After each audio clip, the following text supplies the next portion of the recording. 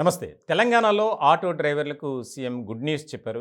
వారికి ఏడాదికి రూ. 12,000 చొప్పున ఇచ్చేందుకు కూడా ఒక అంగీకారానికి వచ్చినట్లు మనకి తెలుస్తుంది. అలాగే వారి సంక్షేమం కోసం, అభివృద్ధి కోసం కూడా కొన్ని పథకాలను ప్రత్యేకంగా ప్రవేశపెట్టాలి. ఎందుకనంటే ఇప్పటికే రాష్ట్రంలో ఉన్నటువంటి ఆటో డ్రైవర్లు ఏదైతే ఫ్రీ బస్సు సదుపాయాన్ని ఏర్పాటు చేయడంతో మహిళలు ఎవరు ఆటోలు ఎక్కడం లేదని రాష్ట్ర వ్యాప్తంగా ఆందోళన చేస్తున్నారు.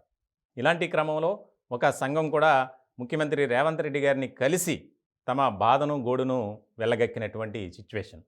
ఇలాంటి నేపథ్యంలో వారికి ఏడాదికి రూ. 12,000 కాకుండా ఇతర బెనిఫిట్స్ కొన్ని అందించాలి ప్రభుత్వం ద్వారా. వారి యొక్క పిల్లలకి ఉచిత చదువు, విద్య, అలాగే ఇంకా కొన్ని బెనిఫిట్స్ అందేలా చూడాలి అనేది కూడా ఒక చర్చకు వచ్చినట్లు, దాని మీద త్వరలోనే ఒక నిర్ణయం తీసుకోబోతున్నారు. ముందుగా ఎందుకనంటే ఈ యొక్క ప్రస్తుతం ఉన్నటువంటి పరిస్థితుల్లో ఆటో డ్రైవర్లకు ఉపాధి లేక, అంటే కిరాయిలు రాక ఎంతో ఇబ్బంది పడుతున్నాం. మేము బతకాలి, పిల్లల్ని పోషించుకోవాలంటే కనీసం రోజుకి మేము 500 సంపాదించుకోవాలి, కానీ 200 కూడా వచ్చే పరిస్థితి లేదు.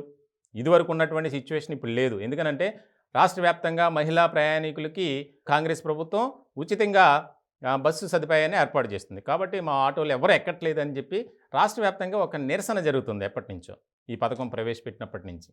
ఇలాంటి సందర్భంలో సీఎం చాలా కీలకమైనటువంటి నిర్ణయాలు తీసుకోవాలి. అలాగే తమ సంక్షేమం కోసం ప్రభుత్వం దృష్టి పెట్టాలి. గత ప్రభుత్వంలో మేము ఎన్నోసార్లు సీఎం గారిని కలిసాం, కానీ ఎప్పుడు కూడా మాతో మాట్లాడటానికి ఆయన ఇష్టపడలేదు. ఇలాంటి సందర్భంలో రేవంత్ రెడ్డి గారు మీరు మా బాధను అర్థం చేసుకొని మాకు న్యాయం చేస్తారని చెప్పి మేము భావిస్తున్నాం అన్నటువంటి తరుణంలో వారికి ఏడాదికి రూ. 12,000 చెప్పిన తక్కువ అమౌంటే కావచ్చు, కానీ దేనికో దానికి ఉపయోగపడుతుంది కదా అని ఆటో డ్రైవర్లు అయితే సంతృప్తి వ్యక్తం చేస్తున్నటువంటి పరిస్థితి. అలాగే వీటితో పాటు ఇంకా కొన్ని బెనిఫిట్స్ని అందించాలని సీఎం రేవంత్ రెడ్డి గారి నోటీస్కి తీసుకువెళ్ళినప్పుడు ఆయన కూడా ఓకే నేను పరిశీలిస్తానని చెప్పి దానికి సంబంధించి త్వరలోనే నిర్ణయం తీసుకుంటానని చెప్పి కూడా వారికి ప్రామిస్ చేశారట. దీంతో రాష్ట్ర వ్యాప్తంగా ఆటో డ్రైవర్ల ఆందోళన అనేది తగ్గింది. కొన్ని చోట్ల చేస్తున్నారు, ఇంకా మాకు అది కావాలి ఇది కావాలని చెప్పి వారి డిమాండ్స్ ఉన్నాయి, వాటిని ఎలివేట్ చేస్తున్నారు.